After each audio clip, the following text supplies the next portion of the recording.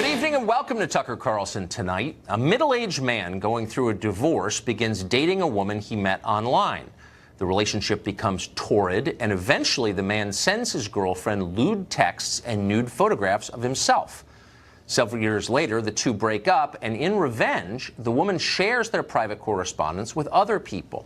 Nude pictures of the man wind up on the internet and ultimately in the media. He is ridiculed and humiliated.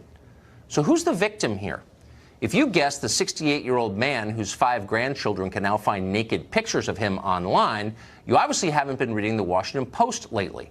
The man in question is Republican Congressman Joe Barton of Texas, and according to the Washington Post, he deserves to be ashamed of his, quote, secret sex life. Keep in mind that nobody has accused Barton of abuse or even abuse of power. The relationship was consensual. If anything, it is Barton's former girlfriend who may be guilty of a crime. So-called revenge porn is illegal in many places and ought to be. And yet, for reasons never explained, the Washington Post and many other media outlets treated Barton like the heir to Harvey Weinstein, even offering anonymity to the woman who overturned his life and humiliated him. Sex abuse stories have dominated the news for the past 6 weeks, beginning with Weinstein. Predators in Hollywood, the media, and politics have been exposed, and they have been punished. And that is good news, because justice is always good news. And we'll continue to bring you updates on those stories as we get them, and we're sure we will. But going forward, we should also be careful that the noble effort to end sexual harassment does not degenerate into a witch hunt. It can happen, as the Washington Post just proved. So with that in mind, 2 things to remember. First, anonymous accusations always lead to abuses. The right to face your accuser is the cornerstone of justice and has been since ancient Rome. That's why it's enshrined in the 6th Amendment to the Constitution. It's why we ban star chambers. We don't allow people to accuse others of armed robbery or murder from behind the shield of anonymity. Why do media outlets allow it in cases of sexual harassment? If you're going to name the accused, you ought to name the accuser, assuming it's an adult. News organizations are not courts. They shouldn't take a side when guilt and innocence are in dispute. It's too easy to get it wrong, and they often do. Second, not everyone accused of a sex offense is guilty. Not every accuser is telling the truth. I learned this the hard way a number of years ago when I was accused of felony rape by a woman I'd literally never even seen. She was a certified public accountant in Indiana, an upstanding member of her community, and also apparently delusional. Her claims were grotesque, but they were highly specific. The assault, she said, took place in the back room of a restaurant in Louisville on a specific day at around 10:30 p.m. She included loads of graphic and horrifying detail. It was stomach-turning, and yet none of it was true. I spent the next 2 months trying to stay out of jail. I couldn't tell my children because I knew they'd be ashamed. I couldn't tell my employer because I knew I'd be fired immediately. I spoke only to lawyers, and I paid them a fortune. I took a polygraph exam from the former head polygrapher at the FBI. I never stopped worrying that the charges would become public and destroy my life. Everyone accused of a sex offense did something wrong. Everybody knows that, and I knew that no one would believe otherwise. This isn't a defense of sexual harassment or misbehavior, obviously. It's just a reminder that real life is complicated, more complicated than sermonizing on Twitter. Sometimes the mob is wrong. Sometimes the innocent are crushed. That's always a tragedy, no matter what the charge is. Of course, crushing the innocent may also be the point of the exercise, and we're seeing that. Last week, a feminist called Emily Linden announced on Twitter that she was, quote, not at all concerned about innocent men losing their jobs in the search for perpetrators of sexual harassment. Quote, if some innocent men's reputations have to take a hit in the process of undoing the patriarchy, that is a price I am absolutely willing to pay. Linden, not surprisingly, is a columnist at Teen Vogue. We asked her to come on tonight to talk about her views, but she refused. Instead, we're joined by Kathy Rue. Kathy, thanks for coming on. Thanks for having me.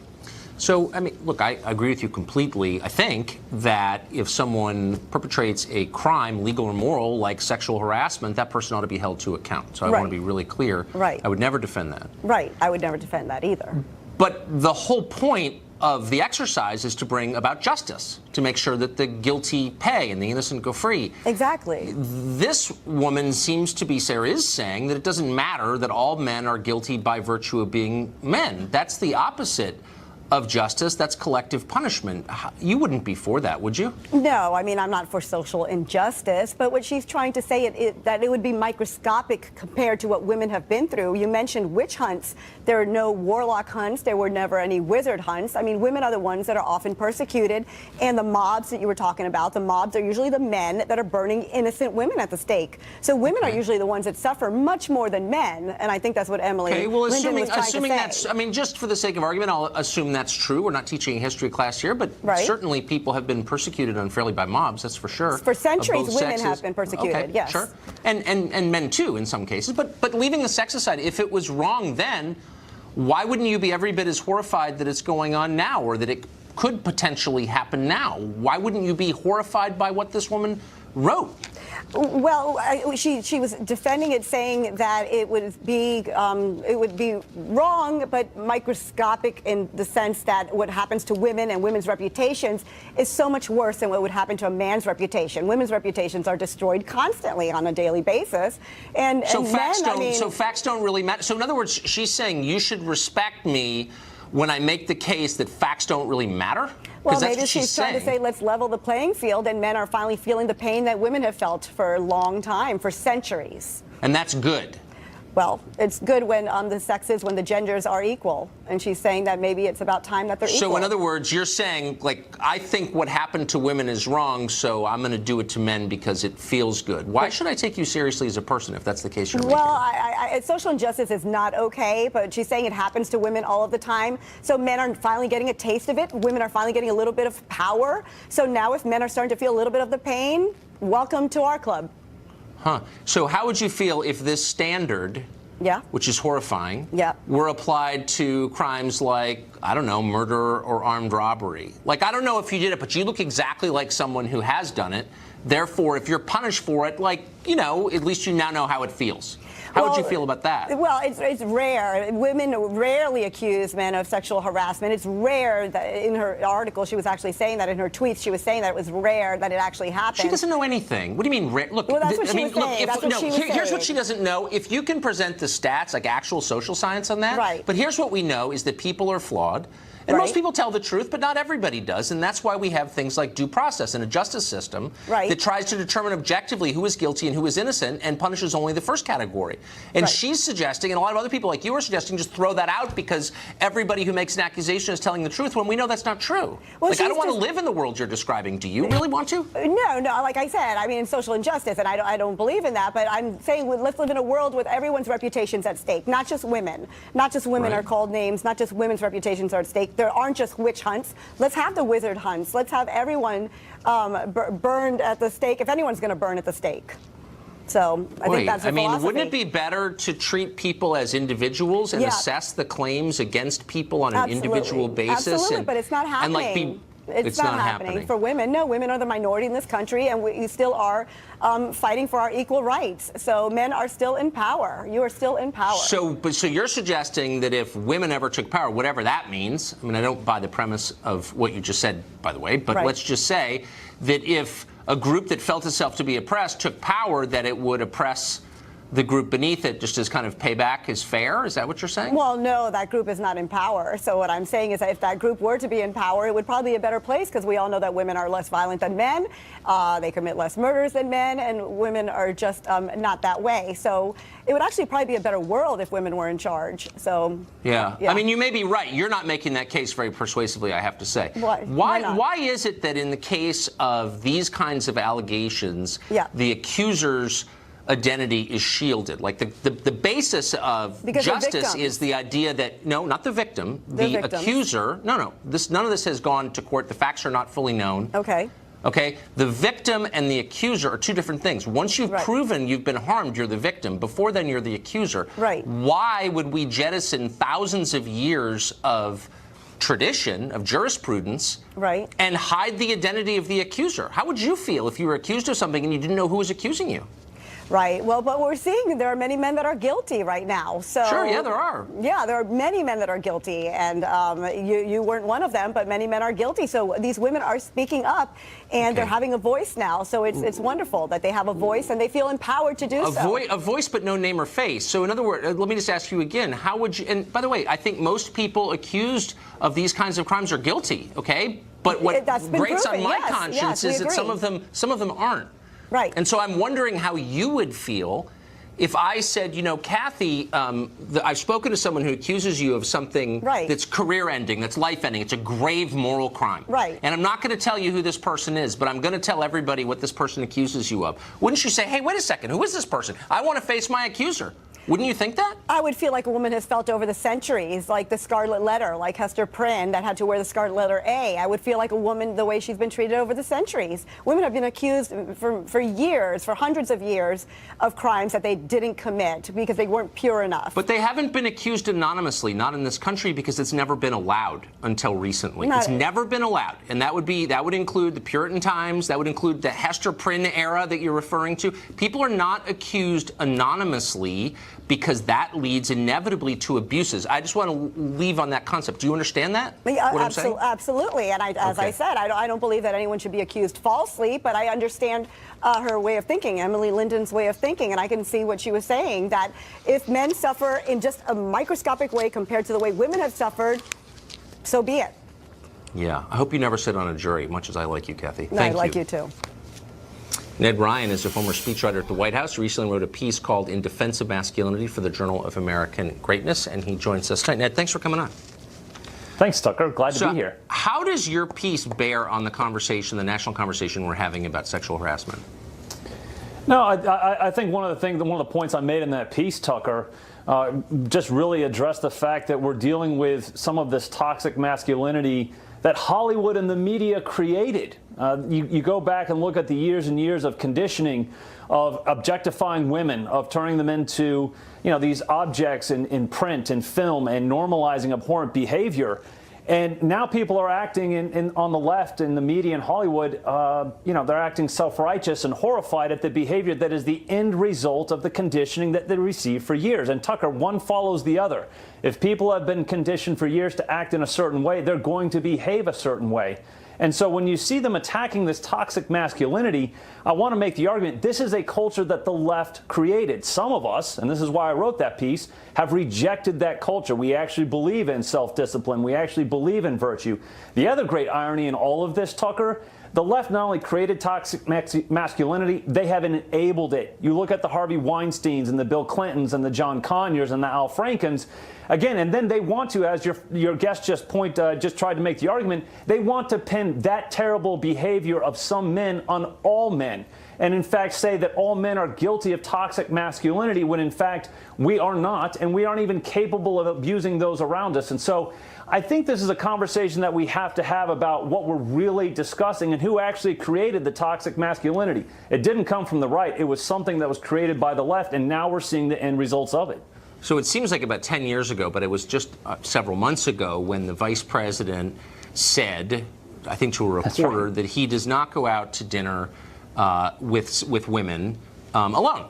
And he was accused of being some kind of snake-handling fundamentalist freak and jumped on by feminists. I wonder if they would reassess that now in light of everything we've seen in the last 6 weeks.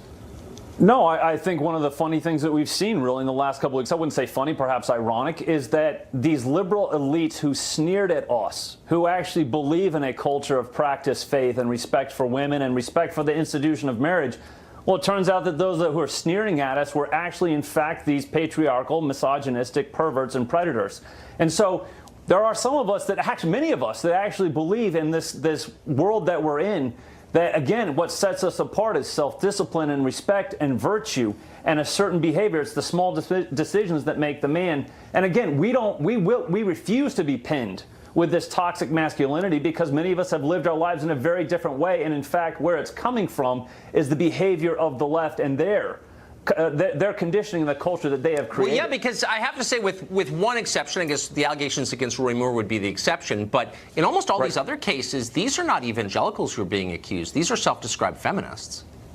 That's right. That's right. No, and so I think the other thing, too, that needs to be discussed, Tucker, is this. You know, we're seeing the end result of decades and decades of conditioning in this sexual harassment, this period of what we're seeing right now. I think the other thing that concerns me a little bit, as your former guest was trying to get to, I think, I am concerned about the social experimentation that is taking place and trying to remove the manliness out of our boys. Well, and, you know, when you see some of these things that are taking place in our education system, it's of deep concern to me. Listen, I'm all for women, for all the breakthrough they've made, for girl power, all of those great things, but I think the pendulum has swung too far the other way. Of course. I think the boys are being left behind. Being for women does not mean being against men, of course. Well, see, and I think that's where the left has gone wrong. No, I think they've been so far. But in response to the toxic masculinity they've created, they have wanted to keep our boys suspended in this Peter Pan state and refuse to let them be men. In fact, they don't even want our boys to be boys. They want them to be girls. So I think it's something we have to push back at right now and not let it continue down this path. Ned Ryan, thanks for joining us tonight. Thanks, Tucker. Taxpayers shelled out tens of thousands of dollars to settle a sex harassment claim against Congressman John Conyers of Michigan. Democrats are not racing to denounce him, weirdly. Mark Stein has thought about why. He's joining us next.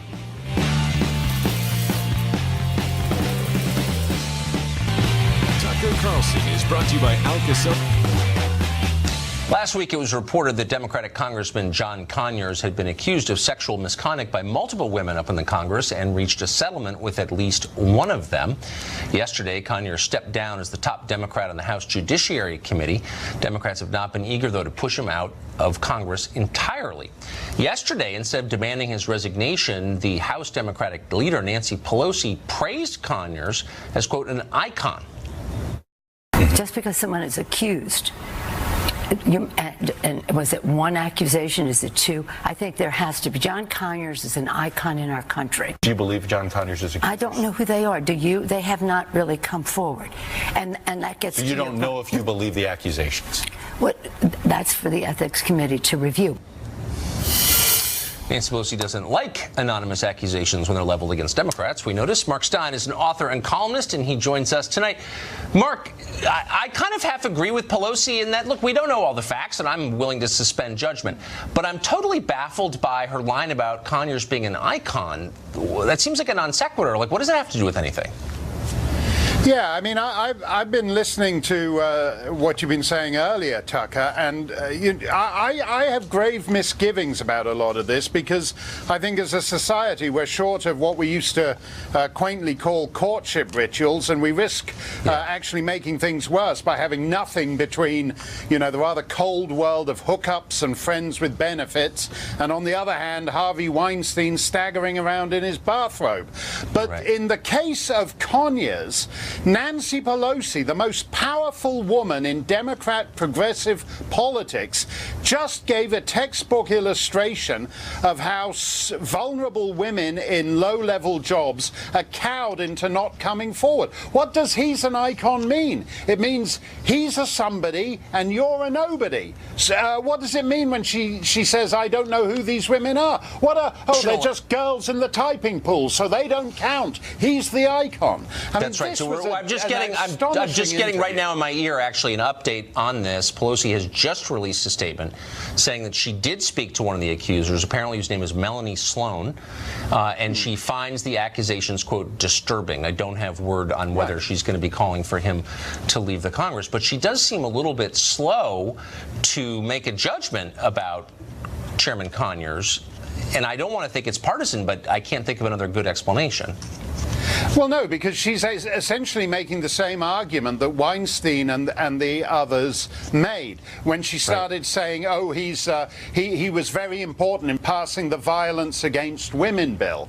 Well, the old line is that bank robbers rob banks because that's where the money is. Right. Sexual predators use the cover of liberal progressive feminism because that's where the girls are. That's what Harvey Weinstein discovered. That's That's what right. Charlie Rose discovered, and that's how John Conyers seems to operate too. And in Conyers' case, it's worse, because if a guy wants to behave like a pig and abuse women in his private life, that's one thing. Conyers took it to the next level. He made you and me and all the other American taxpayers pay for it. Well, pay that's for, exactly right.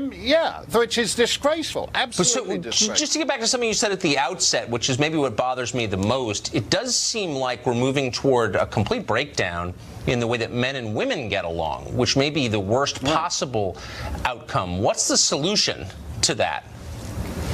Well, I do think that almost every other generation in human history had it easier, in that whether you're talking about accepting a dance in the 19th century or going for a chocolate malt at the soda fountain in the middle of the 20th century, we seem to have lost all that. And the danger is that we're a hyper-sexualized society, almost from the word go. The pop songs that 7- and 8-year-olds listen to exist in a world of hypersexualization, but then if you want to act on that, there are no longer any agreed social rituals as to how it is you're meant to pursue that. And that and re-establishing that kind of architecture is really the challenge. What Kathy was saying at the top of the show, when the women take over and we have, what did she call it, warlock hunts?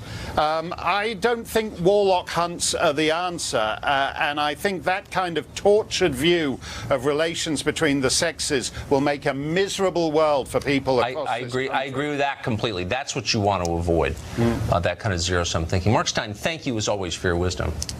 Thanks a lot, Tucker. President Trump's wall along the Mexican border remains a fantasy for now, but that may not matter. Up next, we'll discuss how Trump is surrounding this country with an even more formidable virtual wall, according to the Washington Post. Stay tuned for that.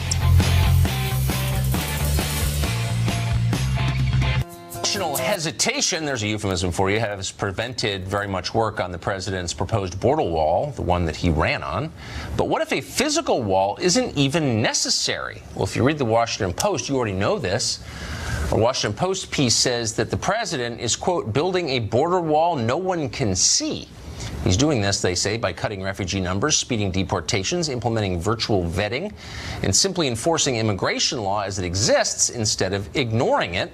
And in so doing, the paper says he's creating what some are calling a virtual wall around the country. Roberto Hernandez is an immigration activist, and he joins us tonight. Roberto, thanks a lot for coming on. Hola. Hola. So I wanted to talk to you because you're kind of like my measure of where the left is on this. So here's what we know, at least according to the Washington Post, which I'll stipulate for the purpose of this conversation is a legitimate news organization. The president hasn't actually built the wall. All he's doing is enforcing laws that were on the books, passed with Democratic support years ago. Is that okay with you? Yeah, I think that we live in a country where there's laws. Right. Believe that the problem that we've had is that a lot of there's too many laws, and one of the things as the Latino communities, we've been saying we have to take all these different laws and create immigration reform, and every president and every Congress and every Senate in the last 20 years has failed to do that. Well, immigration reform is a meaningless phrase. It can mean whatever you want it to mean. What you're saying is activists have demanded that people here illegally be given amnesty and then citizenship, and then some people, American citizens, disagree with that. But just the headline here seems to me that you think it's okay for the president to enforce existing immigration law, right? Yeah, but when we're talking about selective immigration law enforcement, what about all the illegal Russians that have been coming here to this country? Yeah, well, I think they're in the same category. Well, I'll talk about them right now. I think it's totally wrong to come here illegally. Why not throw every person, regardless of country of origin or ethnicity or native language, out of the country and say, apply like everybody else? Why would you be against that? But the system that we currently have in our government doesn't have the capacity to be able to even process those applications. And that's been part of the problem. Well, what if you just said, look, current law does not allow people to work here if they don't have a green card or the correct papers, and if they're using false federal documents, right? That's the current law, and I think you would never want to defend using fake documents on TV. So what if you just said, we're going to make sure through E-Verify that nobody can employ someone here illegally, and nobody can get welfare if they're here illegally? Then you would see and everyone mocks the phrase, but you would see self-deportation, because what would be the options? Would you be against that? Well, but let's talk about, you talked about not hiring people, and let's begin by looking at farm workers here in California. You're from California like I am.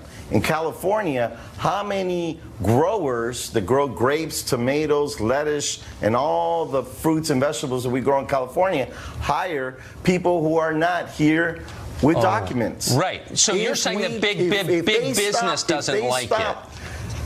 Yeah, of course. You know, it's interesting that now the growers are saying we need to have comprehensive reform, because if you had every farm worker in the state of California, right, making an American wage and treated like a human being, that would be a disaster for big business. Yes, it would. Let me ask you really quickly, when you were growing up, a young radical, a liberal, did you ever think you would find yourself in a position defending big business that wants to pay people less for working outside? Did you ever think, I'm going to grow up and become that guy, a shill for business?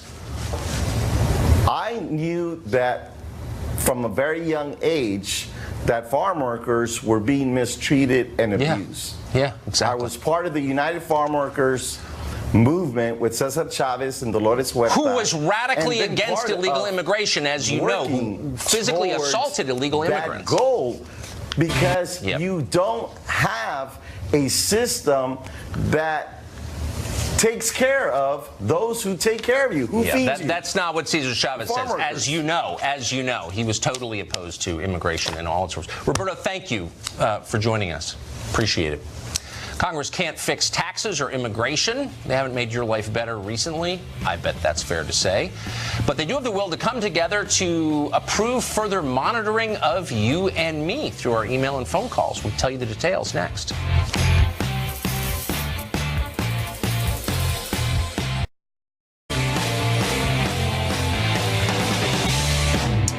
Congress hasn't yet been able to agree on how to fix health care, immigration, or the tax code, but they might be able to come together on at least one thing: entrenching America's surveillance state, which, by the way, is aimed at you. For the first time since Edward Snowden fled to Russia, the FISA law, which enables the collection of Americans' private communications, is up for congressional reauthorization, and Congress seems poised to approve it quickly.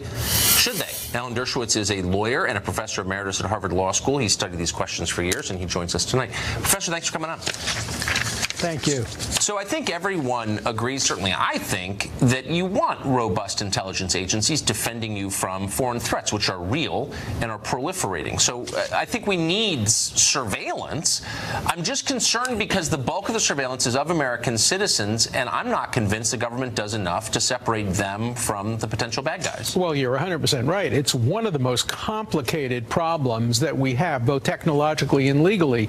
Look, terrorism doesn't recognize national boundaries or national citizenship. And so when you want to surveil conversations of bad guys who live in Yemen or Iran or Lebanon, you're inevitably going to pick up some American citizens, some innocent, some guilty. Right. We don't need warrants to pick up foreign conversations, but when foreign conversations are with Americans, the question is, do you need a warrant to protect the Americans? There are some potential solutions to it. One, you pick up the conversations, and if you find incriminating evidence against Americans, you go then later and get a post facto warrant that at least justifies and shows that there is now probable cause for continuing to surveil the American. Otherwise, you really have to make a decision. Is it better to err on the side of losing some terrorists or picking up some Americans? That's a very complicated and difficult question. It is complicated. Here's a less complicated question. Should our our intelligence agencies be allowed to pass on information on Americans that they pick up to the Justice Department for prosecution of domestic crimes? It's happened, and that seems to basically put the government in the role of secret police. What do you think of that? Well, I think it should require a warrant before you turn the material over to the Justice Department. We do more than that. We also turn information against Americans over to foreign countries. If we pick up some domestic surveillance that shows that an American is planning with a non-American against some other country, we turn that information certainly over to our allies in Great Britain and France and in Europe. So I think a warrant has a role to play.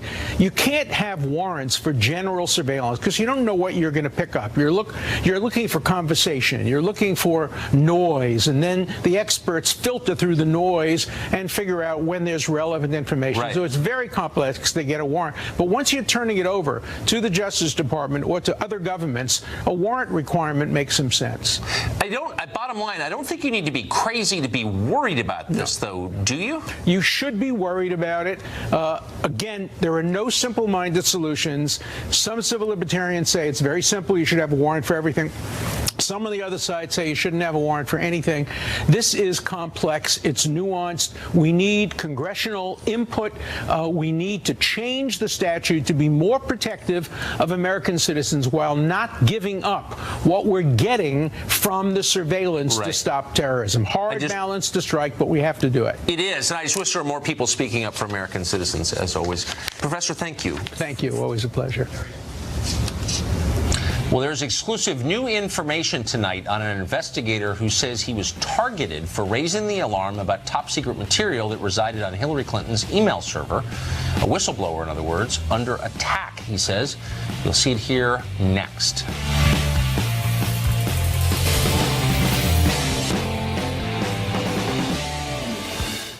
An Obama appointee in the federal government says he was marginalized and even threatened by his superiors simply because he tried to raise the alarm about classified information that resided on Hillary Clinton's private email server. Our Catherine Herridge has that exclusive tonight. There was personal blowback to me, to my family, to my office. Few people know more about the Clinton emails and the fallout than Charles McCullough, the former internal watchdog for the U.S. intelligence community. What should the American public know about those 22 top secret Clinton emails? I've heard people say this is overblown. I've heard people say this is much ado about nothing. Had the information been released, there would have been harm to national security. So putting lives at risk? Absolutely. Sources and methods, lives, operations. Speaking exclusively to Fox, McCullough says he went to Director of National Intelligence James Clapper about a year before the presidential election. The intelligence agencies had just found their classified information in the Clinton emails. He read through these affidavits very thoroughly, and he said this is extremely reckless. And he mentioned something about the campaign will have heartburn about that or something. Shortly after, McCullough says his team was marginalized. You felt you were on your own in this. I was totally on my own, and I was told by senior officials to keep the director out of it. You drafted this letter in January 2016. Sure did.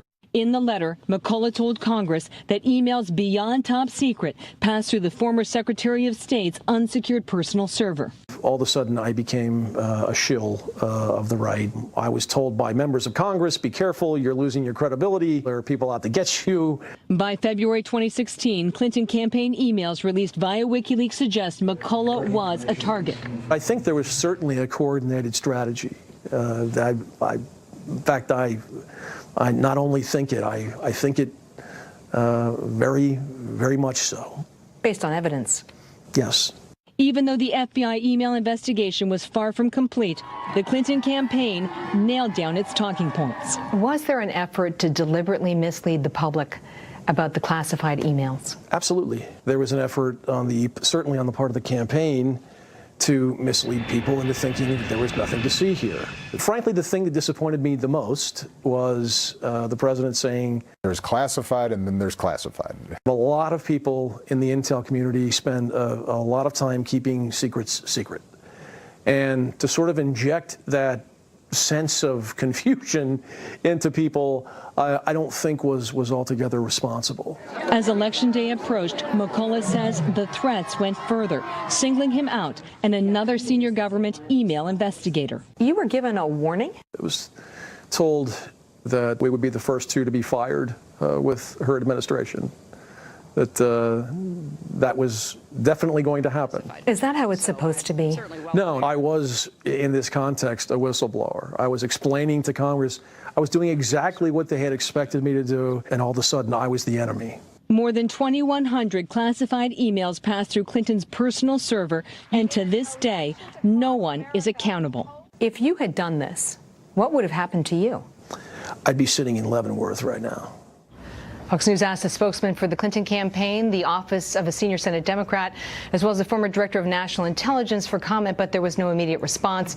McCullough recently retired after 26 years of government service. He told Fox News today that he's grateful now to tell his story, Tucker.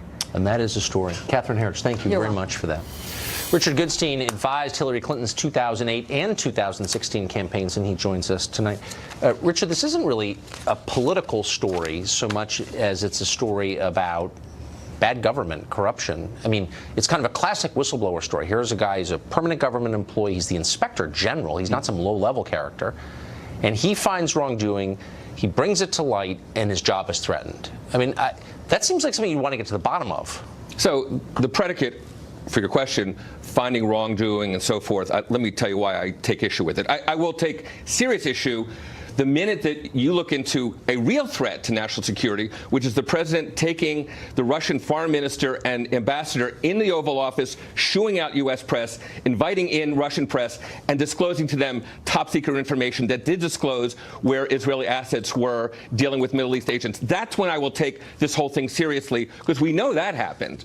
So in other words, because you disapprove of the current president's behavior, nothing that happened before his election is. But I'm just saying that's known. What you're talking about is something that's theoretical. And you talked about wrongdoing. Where's the theoretical part? So we know that there were classified. Stop. We don't. I'm sorry. I don't mean to be rude.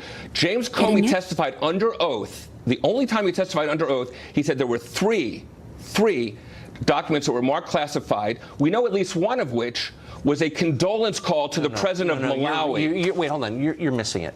Well, I'm not. This is the inspector general, whose job it is to keep track of this, who says that there was a large amount of classified information, as distinct from documents marked classified, but information from the intelligence agencies gathered by them on her server, and that he perceived this as a threat to American national security. So I don't think there's any evidence he's some partisan axe grinder. He's a permanent federal employee. Yeah. And he is told that he's going to be fired for doing this if and when Hillary is elected. That's why we have whistleblower statutes, to protect the freedom of people like that to tell the truth, so our government doesn't become third world. Yeah. Does that make sense? I'd love to cross-examine him and these people who said that they were in a position to say for sure that he was going to be fired. That sounds like the kind of thing that, you know, at the end of an administration you kind of are fearful of. But again, this all will be taken seriously when the 6 people in the Trump White House, from Bannon, Trebus, who use private emails and private servers, are kind of examined. Isn't really as simple as partisan tit for tat? I mean, by the way, I would say that if there's ever found to be classified material on a private server operated by a current White House employee, I'll be the first to jump on him and say, you can't do that. That's illegal, by the way. But now that you've said that the Russian government was trying to hack, you know, are the greatest threat we face, trying to hack into computers in this country, private and public, it doesn't bother you at all that there was classified information on Hillary Clinton's unsecured private server? I mean, I'm serious, actually. No, as a literal matter, the State Department server was hacked by China and Russia. We know that. That's a fact. We actually have no evidence that Hillary Clinton's email server was hacked. The White House servers were hacked by the Chinese military. And I mean, this is really common. Shockingly, we have zero evidence that Hillary Clinton's server was hacked. I would say it's against the odds, but that's true. Okay, but I guess that's not the question I asked. We spent, you know, in the run-up to the election, months hearing from Democrats, it's not a big deal. What are you, right-wing crazy person? But now that she's lost and gone away and off her book tour, can we just admit kind of crazy behavior to put this kind of stuff, classified intelligence, on your private unsecured server. I mean, can we admit So that she now? didn't, quote, put anything on it, right? She was receiving emails from hundreds of She states. set up the server. I mean, come on, I don't want to relitigate this, but can't you just be honest and say that was a big, like, what was that? And by the way, if you did that and you heard the IG say it, you'd be in jail. Yeah, I have a theory as to what it was, which traces back to, how the Clintons had their private quarters kind of poured over during the 90s. But that's a different story. I have no basis for that. All I'm saying is that I don't think she was reckless. Okay. She certainly didn't do anything illegal. The statutes either call for intent to disclose or espionage. I don't think her worst critics think she did either of those. Yeah. Okay. I think we'd both be in jail if we did it. But thank you. My pleasure. Game attempt, as always. The media very convinced all of a sudden that the word Pocahontas, actual person, is a racial slur. They're even fact-checking people who disagree with them. There is racially offensive behavior afoot, however, and we'll tell you what it is after the break.